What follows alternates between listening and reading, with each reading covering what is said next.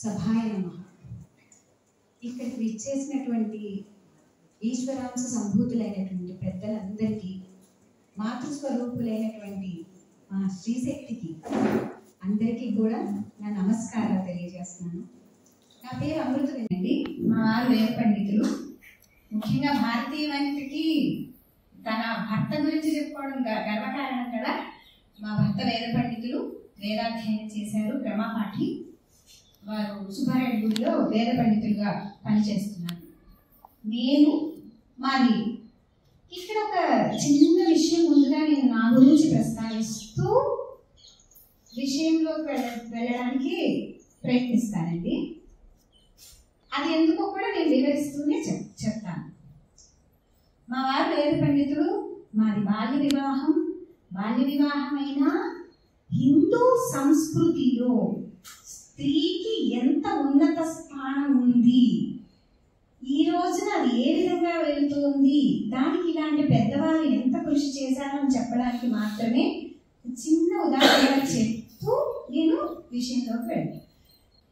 మాది బాల్య వివాహం 13-14 సంవత్సరాల్లోనే నాకు వివాహం జరిగింది. చాలా 9వ తరగతి ఆ సమయంలోనే నేను ఇక్కడికి రావడం కూడా జరిగింది. వచ్చిన తరువాత భర్తగా హైందవ ధర్మాన్ని కాపాడుతూ, ఆయన విద్యను అభ్యసిస్తూ, ఆయనకు ఉన్నటువంటి కర్మల్ని నిర్వహిస్తూ, నాకు కూడా తగిన చేయూతనిచ్చినందుకు, నన్ను కన్న తల్లిదండ్రులతో సమానంగా ఆ భగవంతుడు నాకు అంతటి అద్భుతమైన భర్తని కూడా ఇచ్చినందుకు ఆ భగవంతుడికి నమస్కారం తెలియజేస్తూ విషయంలోకి వస్తాయి. ఇక్కడ చాలా పెద్దవారు ఉన్నారు. వారి యొక్క అనుభవం అంత వయసు నాకు లేదు. ఏదైనా తప్పులుగా ఉంటే మన్నించండి. ఇక వివేకానందుడు నరులలో ఇంద్రుడండి. ఆయన నరేంద్రుడిగా జన్మించారు.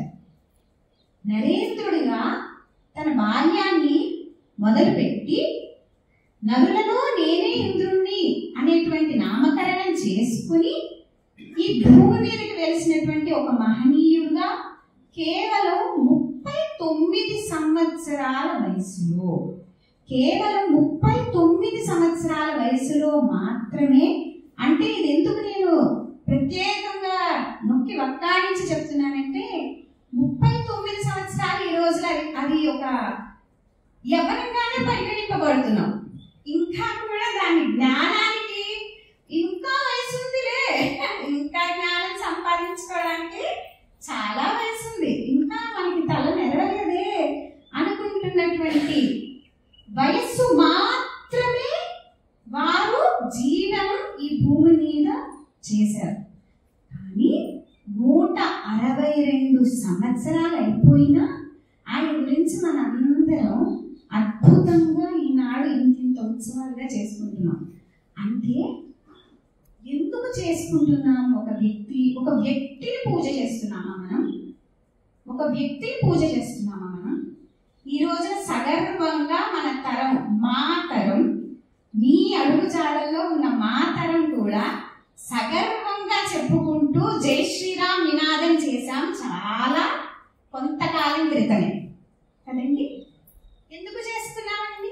500 సంవత్సరాలు తన స్థానంలో ఉన్నటువంటి వారి స్థానాన్ని వారికి ఇవ్వడానికే మనం పోరాటం చేసి జై శ్రీరామ్ అని ఈ రోజున సగర్వంగా చెప్పుకొని మనం వారి స్థానాన్ని ఇచ్చుకున్నామని గర్వపడుతూ కళ్ళల్లో కన్నీటి పర్యంతం అవుతూ మనం ఈ మధ్య కాలంలోనే సెలబ్రేట్ చేసుకున్నాం కదా. ఉత్సవాన్ని అంబరాలు అంటేలాగా సంబరం చేసుకున్నాం కదా. అక్కడ కూడా ఒక వ్యక్తిని మాత్రమే మనం చూస్తున్నామా? కాదండి. వారి ఆలోచనని, వారి యొక్క నడతని, వారి యొక్క వ్యక్తిత్వాన్ని మనం పూజిస్తున్నాం ఒక మూర్తి రూపంలో. మూర్ఖులు అంటారు మూర్తిని ఎందుకు పూజించాలి అని. అది మూర్ఖత్వమే కదా. మూర్తిని ఎందుకు చూపించాలి అంటే మన తర్వాత తరానికి వారి వ్యక్తిత్వం ఇలా ఉంది, నా ధర్మం ఇలా ఉంది, నా నడత ఇది అని చెప్పాలి. తాత్కాలికంగా చూసుకునే సెల్ఫీ పిక్చర్స్ లోనే మనం ఏదో మెమరీస్ ని నిక్షిప్తం చేసుకుంటున్నాం అనుకుంటున్నాం. మనం ఎవరికి ఆదర్శము కాదు, మనం ఎవరిని ఉద్ధరించడం లేదు. కానీ జాతిని నిర్దేశం చేసినటువంటి మహనీయుల మూర్తి మన మనస్సులో, తరువాత మన తరాల మనస్సులో నిక్షిప్తం అవ్వాలి అంటే మూర్తి అక్కడ ప్రతిష్ఠితం అవ్వాలి. అది వారు కోరుకోలా. వారేమన్నా కోరుకున్నారా? ఆ రామయ్య కోరుకోలా, ఈ వివేకానందులు, ఈ నరేంద్రులు కోరుకోలా. వారు కోరుకోరు. కేవలం మనం వారి ఆదర్శాలని ముందుకు తీసుకువెళ్ళేటువంటి విధానంలో వారి మూర్తిని మనం ఈ విధంగా నిక్షిప్తం చేసుకొని మనం ఈ రోజున పూజిస్తూ ఉన్నాం. అంతే కదండి. మన వివేకానందులు మీ అందరికీ తెలుసు. ఎక్కడ పుట్టారు, ఎప్పుడు పుట్టారు, ఏ విధంగా తన బాల్యాన్ని గడిపారు, ఏ విధంగా తను భగవద్ అన్వేషణలో ముందుకు వెళ్తూ ఉన్నారు, ఏ విధంగా తన ధర్మాన్ని కొనసాగించారు. మనందరం ఎన్నెన్నో పుస్తకాలు చదువు ఉంటాము, లేకపోతే ఎన్నెన్నో వీడియోల ద్వారా చేస్తుంటాం. ఈరోజు నేను ఆ విషయాలు ఏవి చర్చించదలుచుకోలేదు. అన్నీ మీకున్న జ్ఞానంతో నాకు చాలా చిన్నదేనేమో బహుశా. అదే దాని గురించి మీ అందరికీ తెలిసింది. కేవలం నేను వారి ఆలోచనల గురించి మాట్లాడడానికి మాత్రమే మీ ముందులా ఒక చిన్న జీవిగా నిలబడ్డాను. ఒక వ్యక్తి తన ఆలోచనలలో ఉండేటువంటి స్పష్టతని తీసుకొని ముందుకు వెళ్ళగలిగితే ఆ వ్యక్తి ఎన్ని తరాలకైనా ఆదర్శం అవుతాడు అనడానికి మహానుభావుడు ఇక్కడ మన ముందు నిలబడ్డాడు. ఎందుకు స్పష్టత? భరించలేని బానిసత్వంలో మన భారతీయులు మగ్గుతున్న తరుణం అది. ఇప్పటికీ మనకి తెలియకుండానే మన మెదళ్లలో ఒక బానిస శృంఖలాలన్నీ కూడా బంధించబడి ఉన్న మెదడు మనది.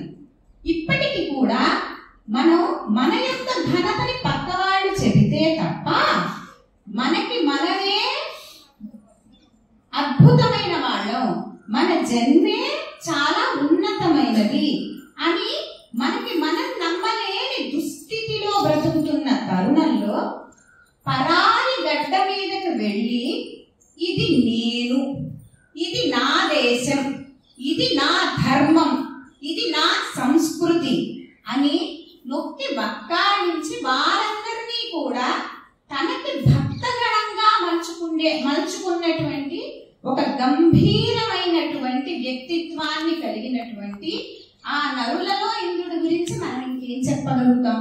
వారి ఆలోచనని మనం తీసుకోవడం తప్ప. ఎందుకు దాస్య శృంఖలం? పాశ్చాత్యులు మనకు వచ్చి చేసింది ఏంటి? మన యొక్క సంపదని మాత్రమే తీసుకెళ్లారా? సంపదని కాదండి, జ్ఞాన సంపదని తీసుకెళ్లిపోయారు. మనకి రావాల్సినటువంటి జ్ఞాన సంపదని తీసుకెళ్లిపోయారు. సరే, జ్ఞాన సంపదని కూడా ఏదో కొందరు పండితుల ద్వారా మళ్ళీ మనం పొందాం అనుకుందాం. కానీ ఇంకా దారుణమైన పని చేశారు. ఏం చేశారు? మన విద్యా వ్యవస్థని కూల్చేశారు. మార్కులతో పరిగెత్తేటువంటి పరిస్థితిని తీసుకొచ్చారు. మన బిడ్డల యొక్క భవిష్యత్తుని తర్వాత తరం అనేదే లేకుండా విద్యా వ్యవస్థలోనే నిక్షిప్తం చేసి వెళ్ళిపోయారు. ఎందుకు విద్యా వ్యవస్థ గురించి మాట్లాడుతున్నాను? నరేంద్రుడి యొక్క ఆదర్శాలన్నీ కూడా యువత కోసమేనండి. నరేంద్రుడి యొక్క ఆదర్శాలన్నీ యువత కోసమే. ఎందుకు యువత బ్రతికితేనే, యువత జ్ఞానవంతంగా ఉంటేనే తరువాత తరం అనేది మిగులుతుంది. లేకపోతే తరమే లేదండి కదా. తరం అనేది ఉంటుందా? యువత ఎలా ఉండాలి? మనుషులుగా మనకి లక్షల సంఖ్యలోనో కోట్ల సంఖ్యలోనో మనకి కేవలం అలా కనిపిస్తూ ఉంటే మనం శభాష్ అనుకోగలుగుతామా? యువతను అలా అనుకోగలుగుతాం. వేమన ఒక పద్యం చెప్తూ ఉంటాడు, ఒక మంచి పరిపూర్ణమైనటువంటి ఒక పుత్రుడే కనినా మనకి ఉన్నా ఆ పుత్రుడు మన వంశాన్ని ఉద్ధరిస్తే చాలు. కానీ 100 మంది చెదపురుగుల లాంటి బిడ్డలున్నా మన ధర్మాన్ని మన వ్యవస్థని ఉద్ధరించలేని వాడు వ్యర్థం అని. కానీ నేటి విద్యా వ్యవస్థలో నేటి యువతకి మనం ఏమందిస్తున్నాం? నరేంద్రుడి ఆలోచనలు అందిస్తున్నామా? రామ మార్గాన్ని రాజబాటగా చేయగలుగుతున్నామా? ఇది మన ఆలోచించుకోవాల్సిన తరుణం. ఎందుకు ఆలోచించుకోవాల్సిన తరుణం? మన గడ్డ మీద మన మూర్తిని నిలుపుకోవడానికి 500 సంవత్సరాలు పడితే ఇప్పటికీ కూడా ఈ రోజుల్లో కూడా ఇంకా కూడా మనం పరుగులు తీస్తూ ఉంటే రేపన్న రోజున మన బిడ్డల భవిష్యత్తు వాళ్ళ ఉనికిని కాపాడుకోవడానికి ఎన్ని పుస్తకాలు తయారు చేయాలి, ఆ పుస్తకాల్లో ఉన్న జ్ఞానాన్ని వీరికి ఎంత నిక్షిప్తం చేయాలి. కాబట్టి మనం ప్రతి ఒక్క ఇంట్లో వివేకానందుడి కథలు కానీ రామ కథలు కానీ వినిపిస్తూనే ఉండాలండి. మళ్ళీ మనం మన దయానంద సరస్వతి గారు చెప్పినట్టుగా వైదిక మార్గంలోకి వెనక్కి వెళ్ళాలి. వైదిక మార్గంలోకి వెనక్కి వెళితేనే మన మార్గం ఏమిటి అనేటువంటి స్పష్టత మనకి తెలుస్తుంది. కేవలం ఎప్పుడూ మన భక్తి కోసమే కాకుండా ముక్తి కోసం ఏ విధంగా ప్రయత్నించాలి, మన బిడ్డల్ని ఎలా తీర్చిదిద్దుకోవాలి అనేటువంటి విషయం మనకి తెలిస్తేనే ఇలాంటి ఉన్నతమైనటువంటి వ్యక్తిత్వం ఉన్నటువంటి భావజాలం మన బిడ్డలకి మనం ఇవ్వగలుగుతాం. అంతే కదండి. ఇక మన వివేకానందుడి గురించి ఒక 2 విషయాలు మాట్లాడుకుందాం. వివేకానందుడు వారు ఒక విషయంలో స్పష్టత కలిగి ఉన్న వ్యక్తి అని చెప్పుకున్నాం కదండి. ఆ స్పష్టతలో మనకి ఒక రకమైనటువంటి ఒక వైరుధ్యం కూడా కనిపిస్తుంది. ఆయన ఏం చెప్తున్నారంటే, నీ ఉనికిని మాత్రమే నువ్వు కాపాడు, నీ ఉనికిని మాత్రమే నువ్వు కాపాడుకో, ఎదుటి వారిని విమర్శించవలసిన అవసరం లేదు. రెండు కూడా 2 వ్యతిరేకాలండి. మన ఉనికిని కాపాడుకోవడం అనేది ఒక ఛాలెంజ్ అయితే, ఎదుటి వారిని విమర్శించకుండా ఉనికిని కాపాడుకోవడం రెండవ ఛాలెంజ్. అంతే కదండి. మన ఉనికిని మనం కాపాడుకోవాలి. అదే తరుణంలో ఎదుటి వాళ్ళని మనం విమర్శించకుండా మన ఉనికిని కాపాడుకోవాలి. కాకపోతే ఈ రోజుల్లో అది కాస్త కష్టసాధ్యం. ఎందుకంటే మనం మన ఉనికిని కాపాడుకుంటున్నాం, కానీ ఎదుటి వాళ్ళు మన ఉనికి మీదే కదా దెబ్బతీద్దాం అనుకుంటున్నారు. కాబట్టి మనం ఏం చేయాలి? మన ఉనికిని కాపాడుకుంటూనే, మన ఉనికి యొక్క విలువని బిడ్డలకి తెలియచేస్తూనే, పక్కవాడు విమర్శిస్తే సమాధానం చెప్పడం కూడా మళ్ళీ ఆయనే చెప్పారు. ఒకసారి వివేకానందుల వారు రైలులో ప్రయాణిస్తున్నప్పుడు వారి కాళ్ళకు తొడుక్కునే బూట్లు ఉంటాయి కదండి, ఆ బూట్లు తీసుకెళ్లి ఎదురుగా ఉన్నటువంటి ఒక పాశ్చాత్య వ్యక్తి పడేశాడట. ఆ పడేస్తున్నప్పుడు ఆయన చాలా సావధానంగా, చాలా నెమ్మదిగా, ప్రశాంతంగా కూర్చొని, ఓహో ఇలా ఇందా అని వారు నిద్రపోతున్నప్పుడు శుభ్రంగా ఆయన కోటు తీసి పడేశారు. ఆయన కోటు తీసి ఆ ట్రైన్లో నుంచి, ఆ రైలులో నుంచి కింద పడేశారు. సరే లేచారు. ఆయన లేచాక అడిగారట, ఏంటమ్మా నా కోట్ ఎక్కడ కనిపించలేదు, నేను వేసుకోవాలి కదా అని చెప్పని అడిగారు. అయ్యయ్యో అవునా, మీ కోట కనిపించదు, బహుశా నా బూట్లను వెతుక్కుంటూ వెళ్ళాయేమో, బహుశా నా బూట్లు కనపడడం లేదండి, నా బూట్లను వెతుక్కుంటూ మీ కోట వెళ్ళినట్టుంది. ఇక్కడ ఎవరిని ఆయన ఒప్పించలేదండి. అలాగని ఆయన తన ఉనికిని కోల్పోలేదు, తనకి తాను బానిసత్వంలోకి వెళ్ళిపోలేదు. మొదట నేను చెప్పాను కదండి, అప్పటిదాకా భారతదేశంలో బానిసత్వపు సంఖ్యలో ఉన్నటువంటి యువతకి నేను ఇక్కడ మన ధర్మం గురించి ఈ విధంగా బోధిస్తున్నాను అని వీళ్ళల్లో చైతన్యం కలిగించారు కదండి. ఇక్కడ ఆయన ఏమన్నా పన్నుకు పన్ను అనేటువంటి ఏమన్నా సందర్భాన్ని ఆయన తీసుకొచ్చారు. కానీ దాన్ని ఎలాగంటే నేరుగా కాదు, జ్ఞానంతో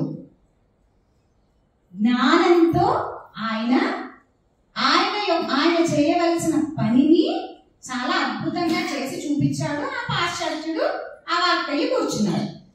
కాబట్టి ఎందుకు విద్యార్థులు అని పదే చెప్తున్నానంటే, ఇప్పటి తరం ఇలాంటి మహనీయుల గొప్పతనం గురించి కాదు కదా, కనీసం తల్లిదండ్రుల కష్టాన్ని కూడా అర్థం చేసుకోవడానికి ప్రయత్నించలేదు. ఒక ఉపాధ్యాయురాలిగా కొంత బాధేసే విషయం అదే. దీనిని నేను ఎందుకు ఇది సందర్భంగా తీసుకున్నానంటే, ఇక్కడ యువతగా ఉన్నప్పుడు నేను ఒకలాగా ఆలోచించా. చాలా పెద్దవాడు మనకి వివేకానందుడు ఏం గొప్ప పనులు చేశాడు అనే దానికన్నా ఆయన ఆలోచనలు మనందరం ఏ విధంగా మన బిడ్డల ద్వారా, అంటే మన విద్యార్థుల ద్వారా కానీ, మన తర్వాత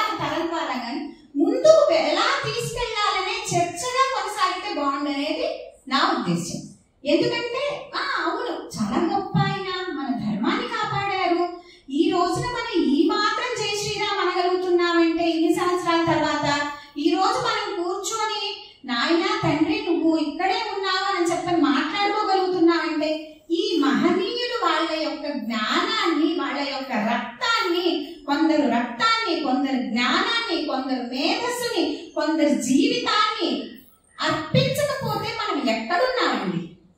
మనం ఇక్కడ కూర్చోగలిగామా? వారు వాళ్ళ యొక్క జ్ఞానాన్నో, వాళ్ళ యొక్క రక్తాన్నో, వాళ్ళ యొక్క పర్సనల్ అంటే వాళ్ళ యొక్క వ్యక్తిగత జీవితాన్నో త్యాగం చేయకుండా మనం ఇక్కడ కూర్చొని ఉండేవాళ్ళం కాదు కదా.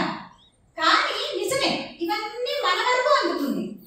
కానీ మన తర్వాత తరానికి నిజంగా అందుతున్నాయా? మన తర్వాత తరానికి నిజంగా మనం వీటన్నిటిని తీసుకువెళ్ళగలుగుతున్నామా? ఒకవేళ మనం తీసుకెళ్లడంలో విఫలమైతే, సఫలమైతే చాలా అద్భుతం. కానీ ఒక్కసారి విఫలమైతే మనం ఈ మహనీయుల యొక్క త్యాగానికి మనం వారి రుణం తీర్చుకుంటున్నాం. ఈ ప్రశ్నలన్నీ ఒక్క వయసు దాటిన అందరం కూడా ఆలోచించుకోవాలి.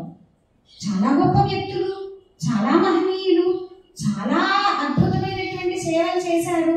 మన ధర్మాన్ని కనీసం మనం ఎక్కడెక్కడో, ఒక భారతదేశం కాదండి, ఎక్కడెక్కడో ప్రతి తవ్వకంలో మన శివుడే కదా.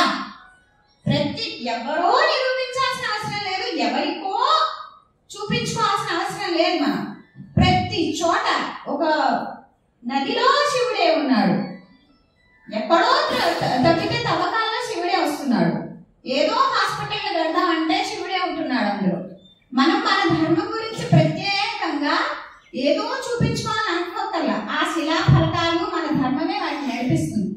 కానీ ఆ ధర్మపు యొక్క ఆలోచనని, ఆ ధర్మం యొక్క ఆదర్శాన్ని, ఆ ధర్మంలో ఉన్నటువంటి నిగూఢత్వాన్ని, ఆ ధర్మంలో మనకి ఇచ్చినటువంటి బాధ్యతని, ముఖ్యంగా ఆ ధర్మంలో మనకి ఇచ్చినటువంటి బంధాలని మనం మన బిడ్డలకి ఆలోచన రూపంలో, ఆచరణ రూపంలో ఖచ్చితంగా అందించాలి. అది ఖచ్చితంగా మనం అందించలేకపోతే విఫలం అవడం చాలా తేలికైన పదం అని చెప్పడం చాలా బాధగానే ఉంది. ఎందుకంటే మనం ఎప్పటికీ మనలో ఎక్కువ శాతం మంది ఏం చెయ్యాలి, తర్వాత ఏం సంపాదించాలి, తర్వాత ఎవరికన్నా గొప్పగా ఉండాలి అని కంపేర్ చేసుకుంటూ బ్రతకడంలోనే మన తరాలు కొన్ని వెళ్ళిపోతుంది. అంతే కదండి, మన తరాలు చాలా వెళ్ళిపోతున్నాయి. కానీ ఆ కంపారిజన్ మన ఇంట్లో మన బిడ్డ దగ్గర చూపించాల్సిన అవసరం లేదనేది ఒక చిన్న ఆలోచన, ఒక చిన్న, కనీసం ఒక రోజు 24 గంటల సమయంలో నిద్రకో కాలకృత్యాలకో కొంత సమయం అయితే మన నరేంద్రుడిది చిన్న బాల్య కథలు, మన రామునివి చిన్న చిన్న కథలు, కథల రూపంలోనూ నాటకాల రూపంలోనూ మన బిడ్డలకు ఖచ్చితంగా అందజేయాల్సిన తరుణం ఇది. ఒకవేళ చేయలేకపోతే మనం వారి రుణం తీర్చుకోలేము, ఎప్పటికీ తీర్చుకోలేము. అది మన పైన అతి బరువైన పాపం కిందో శాపం కిందో నిలిచిపోయి మనం కాపాడటం అయితే కాదండి. మనం జ్ఞానస్వరూపులు, అది చెప్పేది ఎవరో కదా, మనం జ్ఞానస్వరూపులు. ఆ జ్ఞానాన్ని 39 సంవత్సరాల వ్యక్తి సాధించి, శోధించి, మనందరికీ అందించి, ఈ రోజును కూడా వారి గురించి అనుకునేంతగా మనం చేస్తే మనం వారిని ఒక రోజులో వదిలేయకూడదు. ఒక రోజు చెప్పుకొని, ఒక రోజు ఆయన గురించి మనం ఏదో వారికి డెడికేట్ చేసేసి మనం వదిలేస్తున్నా అనుకోవద్దు. దానికి ఉదాహరణగా మన శివవర్మ గారు వారి గురించి నాకు చెప్పారు, శారద గారు చాలాసార్లు చెప్పారు. కానీ నాకు అంతగా అవగాహన లేదు నాకు ఉన్నటువంటి. కానీ వారు ఈ భజనకి రావాలన్నా వాహనాలు ఇవ్వడం, లేకపోతే వీరి గురించి ఇంత సేవ చేయడం, ఇంకా ఆయన చెప్పినటువంటి చాలా సేవలు బండి మీద వస్తుంటే వారు తెలియజేయడం, ఇలాంటివన్నీ విన్నాక అప్పుడు నాకు అనిపించింది వివేకానందుడు ఇలాంటి వాళ్ళందరిలో ఉన్నారండి. మనం ప్రత్యేకంగా ఆయన గురించి పుస్తకాలు చదువుకోకర్లా. ఇలాంటి వారు ఒక 10 మంది తయారవుతూ వెళ్ళగలిగితే వివేకానందులు మాత్రమే ఉంటారు.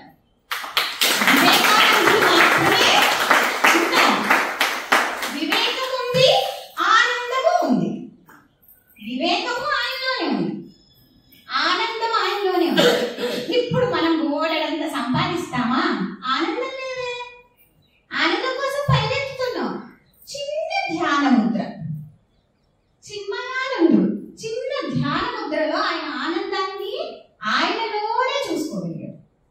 అది ఎందుకు కుదిరింది?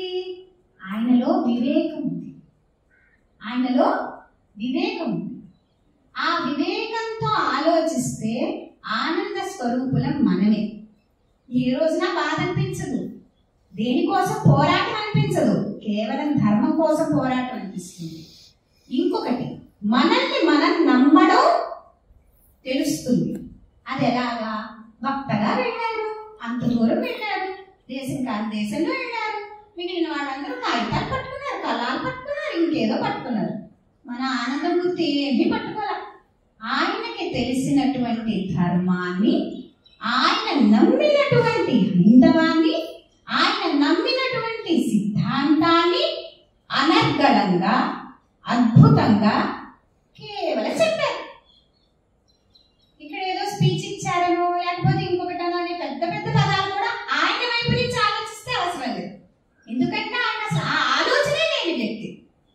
నేను నిమిత్త మాత్రుని. నాకు మీ నుంచి పొగడతా వద్దు, మీరు చేసే విమర్శ నాకొద్దు. నా ఒక స్థిత ప్రజ్ఞత కలిగినటువంటి వ్యక్తి.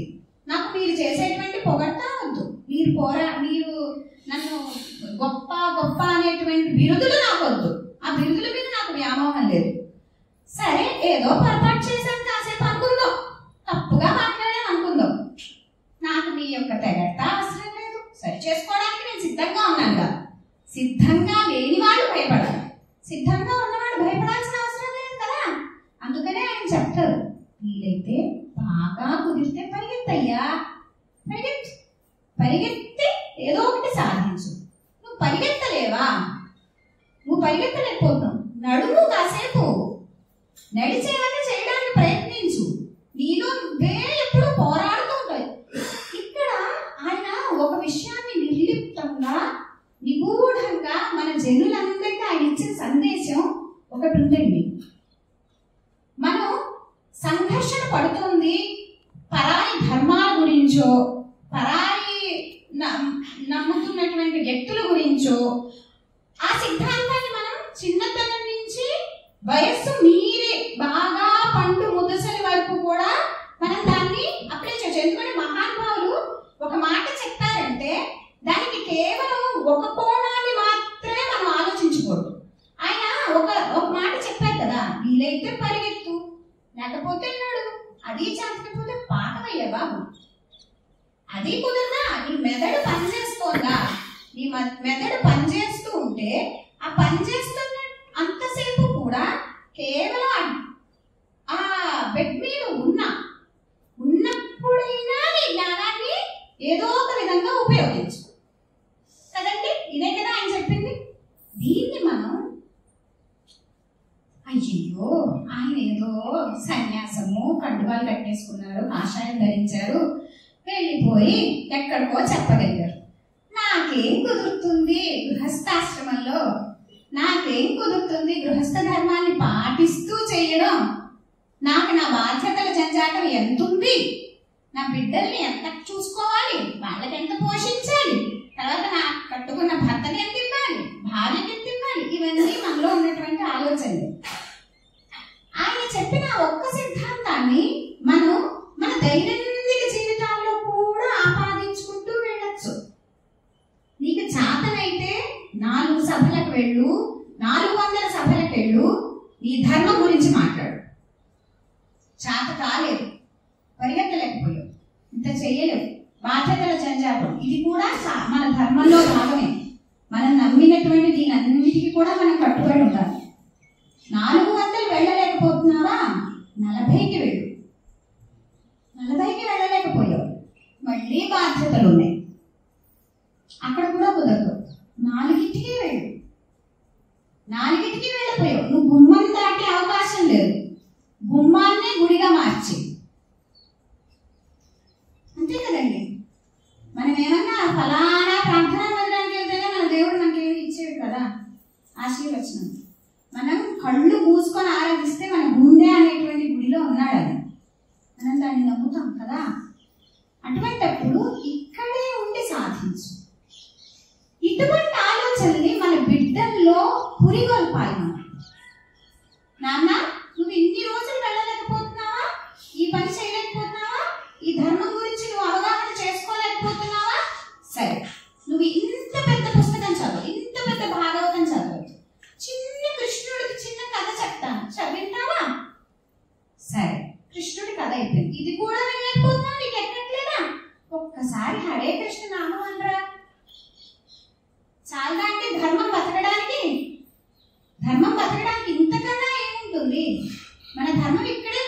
కదా. ఇందాక చక్కటి భజన సంకీర్తనలు ఆలపించారు. ఆ భజన సంకీర్తన ఆలపించిన తర్వాత వెంటనే నాకు స్ఫురణకు వచ్చింది ఏంటంటే, ఆయన ఏ సంవత్సరంలో పుట్టారు, ఎక్కడ పుట్టారు, ఇవన్నీ చర్చించకూడదు అని. ఎందు గురించి అంటే, చక్కటి నరేంద్రుడి భజన అండి. వివేకానంద వివేకానంద, నువ్వు అంతటి వాడివయ్యా, నువ్వు చక్కగా చిన్నతనంలోనే భగవంతుడిని చూసావయ్యా, ఆ భగవంతుడిని చూడడానికి ప్రయత్నించావయ్యా అంటూ చక్కటి కీర్తన. ఆయన గురించి విషయం అంతా తెలిసిపోయిందే ఒక చిన్న పాటలోనో పద్యంలోనో, అంతే కదా. ఆయన జీవితపు సారమంతా ఒక పాటలో నిక్షిప్తం చేసుకోగలిగాం. ఒక బిడ్డ ఒక పుస్తకమో గ్రంథాలయమో చదవలేనప్పుడు మనం ఒక చిన్న పాట నేర్పించలేమా? చిన్న మాట నేర్పించలేమా? అంతే కదా. కనీసం మిగలాలి కదండి మన చరిత్ర, మన జీవితం మిగలాలి. మిగిలి మన తరువాత తరం వారు దాన్ని తెలుసుకోవాలి. తెలుసుకున్న ప్రతిదీ వాళ్ళు ఆచరించేటువంటి జ్ఞాన సంపదని మనకి ఇవ్వగలగాలి, జ్ఞానమూర్తి. సరే, ఇవన్నీ చేస్తాం. ఇవన్నీ ఎలా చేయాలి, ఏ విధంగా చేయాలి? ఇవన్నీ టీవీ చూస్తూ అన్నం తింటారు లాంటిది, అంతే కదా. టీవీ చూస్తూ అన్నం తింటే ఎంత బలం వస్తుందో, వేరే వేరే పనులు చూస్తూ ఇవి కూడా చేస్తే అంతే జ్ఞానం వస్తుంది. ఎలా చేయాలి?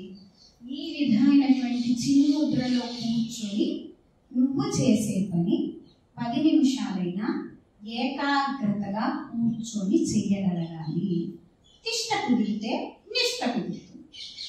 మనకి నువ్వు కూర్చోవడం వస్తే దాని గురించి ఆలోచించడము, ఆచరించడము అనేటువంటి ఆకారాలన్నీ వస్తాయి, అంతే కదండి. అవన్నీ అందుబాటులోకి వస్తాయి.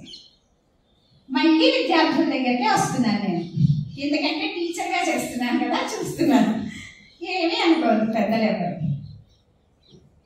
తిష్ట లేదండి ఈ రోజుల్లో. అన్ఫార్చునేట్లీ చాలా బాధాకరమైన విషయం ఏంటంటే, బిడ్డలందరూ కూడా మాయలో పడిపోతున్నారు. మనం ఒకవైపు సంబరాలు చేసుకుంటున్నామండి, అందులో ఎటువంటి సందేహం లేదు. మన రాముడు వచ్చాడు, రేపు హర మహాదేవ అని నందీశ్వరుడు తోసుకొనైనా వెళ్తాడు, కృష్ణుడు వస్తాడు, అన్నీ వస్తాయి. కానీ వీళ్ళకి ఇది అనేటువంటి జ్ఞానం మనం ఉన్నాం. మళ్ళీ ఇంకో నరేంద్రుడు ఎవరో మొత్తానికి కష్టపడుతున్నారు, వస్తున్నారు అదే పేరుతో. కానీ మన తరువాత వ్యవస్థ మిగలాలి కదా. మిగలాలి అంటే వీళ్ళు జ్ఞానవంతంగా ఆలోచించగలగాలి కదా. ఇప్పుడు ఒక నరేంద్రుడు సరిపోడండి. ఎందుకంటే ఏ టెక్నాలజీ లేని రోజుల్లో ఒక నరేంద్రుడు సరిపోయాడు. ఎందుకంటే నకారాత్మకమైన ఆలోచన, సకారాత్మకంగా ఒక ఆలోచన వస్తే నకారాత్మకమైన ఆలోచనలు ఖచ్చితంగా మన చుట్టూతా ఉంటాయి. అందులో ఎటువంటి అనుమానం లేదు. ఇక్కడ ఇంత గొప్ప సదుపాయాన్ని మనం అందించడానికి ఆయనలో సంకల్పం సకారాత్మకమైతే దానికి సవాళ్ళు ఎన్నో ఉంటుంటాయి కదా. ఆ సవాళ్ళన్నీ స్వీకరించిన తరువాత ఒక అద్భుతమైన రూపం వస్తుంది కదా. ఆ రోజుల్లో నరేంద్రుడు చుట్టూతో కూడా నకారాత్మకమైనవి ఎన్నో ఉన్నాయి. ఆయన్ని చాలా గొప్పగా ఎగిరిపోతున్నాడు, గొప్పగా అమ్మ బాబా ఈయన శిష్య బృందం తయారైపోతోంది, ఈయన ఇంకా నిలబడిపోతాడు ఇక్కడ ఈ దేశంలో, మన దేశపు గొప్పతనం ఎక్కడికి పోతుంది అని అంటూ ఆయన మీద ఎన్నెన్నో హింసాత్మకమైన సంఘటనలు చేశారు. ఆయన పాపం భగవంతుడు ఇచ్చిన ఆయనో ఆయనే కావాలని మహాపురుషులు వస్తారండి, ఆ సమయం వరకు వచ్చి వెళ్తారు. ఆయన జీవన పరిధే కేవలం 39 సంవత్సరాలు. కానీ ఆ 39 సంవత్సరాలు కూడా సంపూర్ణంగా ఉంచుదాము అన్నటువంటి ఆలోచనలో లేని వ్యక్తులు ఆయన చుట్టూ చాలా మంది ఉన్నారు బాబు. ఉండి ఆయన ఎన్నో సవాళ్ళను స్వీకరించి ఆ సవాళ్ళని తీసుకొని వాటినన్నింటినీ ఎక్కడొక చోట తోసేసి అవన్నీ నాకు చిన్న అంటే ప్రశ్నకి నేను ప్రశ్నకి మళ్ళీ నేను తిరిగి ప్రశ్నే ఇస్తా, అదే నా సమాధానం. ఇప్పుడు నాకు మీరు ఒక సవాల్ అనేటువంటి సవాల్ ఇచ్చారు, మళ్ళీ నేనే మీకు తిరిగి సవాల్ ఇస్తాను అనుకుంటూ నిలబడ్డాడు. కాబట్టి ఆయన గురించి మనం 162 సంవత్సరాల వరకు కూడా ఇంకా తర్వాత కూడా ఆ మహానుభావుని మనం స్మరిస్తూనే ఉంటాం ఖచ్చితంగా. కానీ ఎందుకు ఇప్పుడు ఒక నరేంద్రుడు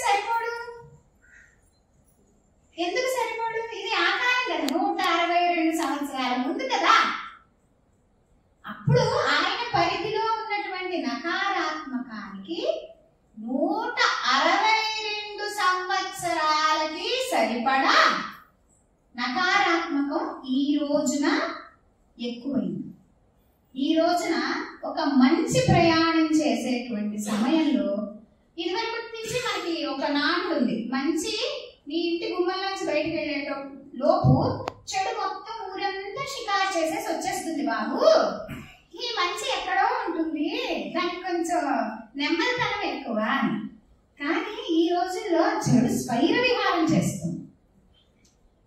మనం మంచిని బిడ్డలకు అందించే లోపు చెడు వాళ్ళల్లో చాలా తేలికగా, చాలా టెక్నికల్గా, చాలా నమ్మబుద్ధి అయ్యే విధంగా వాళ్ళలోకి పురికొల్పడం సాధారణంగా జరిగిపోతుంది. ఈ జరిగిపోతున్నటువంటి సందర్భంలో మనం చేయవలసింది ఇంటికి ఒక నరేంద్రుడిని తయారు చేయాలి. ఇంటికి ఒక నరేంద్రుడిని తయారు చేయగలగడం. మనలో ఉండేటువంటి దాస్య శృంఖలాలు అని నేను మొదట సంబోధించాను. నరేంద్రుడి యొక్క ఆలోచన నా ధర్మాన్ని నేను నిలబెట్టుకోవడం. చాలా మంది ఆ సభలో నవ్వుకున్నారు. ఈ ఇంటిన బట్టలు మీకు తెలియదు కాదు, ఇక్కడ అందరూ పెద్దలే కదా, ఈ ఇంటిన బట్టలు అని. ఆయన తనని తాను ఇక్కడ తక్కువ చేసుకోవాలి, తన యొక్క పరిస్థితిని తక్కువ చేసుకోవాలి. తన మీద తను సంపూర్ణమైనటువంటి విశ్వాసంతో ఆయన అందరి ముందు నిలబడ్డారు. ఆయన అందరి ముందు నిలబడగలిగారు.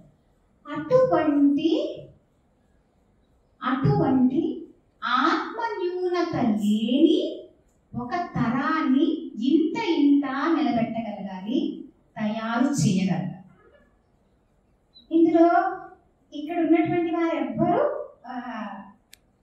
ఏమీ అనుకోకపోతే ఒక చిన్న మాట చెప్తారు. అలా తయారు చేయడం అనే ప్రక్రియలో స్త్రీ మూర్తుల పాత్రే చాలా ఎక్కువ అండి. అక్కడ శారదాదేవి ఉంది కదా, ఇద్దరు వ్యక్తుల్ని నిలబెట్టి పూజించే స్థాయికి తీసుకెళ్ళగలిగింది. అటువంటి శారదాదేవి రూపాలే ఇక్కడ ఉన్నవాళ్ళు. మనం మన ఇంట్లో ఉన్న భర్తలకో లేకపోతే మన బిడ్డలకో ఖచ్చితంగా వివేకమైనటువంటి ఆనందమూర్తుల్ని తయారు చేసే బాధ్యత మన మీదే చాలా ఎక్కువ. దాన్ని బరువుగా కాక బాధ్యతగా తీసుకుంటూ ఇలాంటి వివేకానందుల్ని ఎందరినో తయారు చేస్తూ ప్రత్యక్ష రూపంలో నిలబడి ఉన్నటువంటి మన శివవర్మ గారిని ఆదర్శంగా కూడా తీసుకుంటూ చాలా చక్కటి హైందవ ధర్మాన్ని, ఇప్పటికీ హైందవ ధర్మం ఉంటూనే ఉంటుంది, అందులో ఎటువంటి అనుమానం లేదు. కానీ సగర్వంగా తల ఎత్తుకునే విధంగా కాషాయం మనందరం తయారు చేయగలగాలి అని కోరుకుంటూ నాకు ఇటువంటి అద్భుతమైన అవకాశాన్ని ఇచ్చిన పెద్దలందరికీ వెంటనే కాల్ చేసి చెప్పినటువంటి శారద గారికి ముఖ్యంగా కూడా, ఎందుకంటే నేను అసలు అనుకోలేదు నేను మీకు ఫోన్ చేసేదాకా. ఈ అనుభవం అంత వయసు లేదని ముందే చెప్తా. ఏమైనా తప్పులుంటే క్షమించమని కోరుకుంటూ ఇలాంటి ఆనందమూర్తి గురించి, ఈ ఇంద్రుడి గురించి, నరులలో ఇంద్రుడి గురించి, వివేక సంపూర్ణమైనటువంటి ఆనందమూర్తి గురించి తలుచుకునే సౌభాగ్యం నాకు ఇచ్చినటువంటి అందరికీ సర్వదా కృతజ్ఞురాల్ని.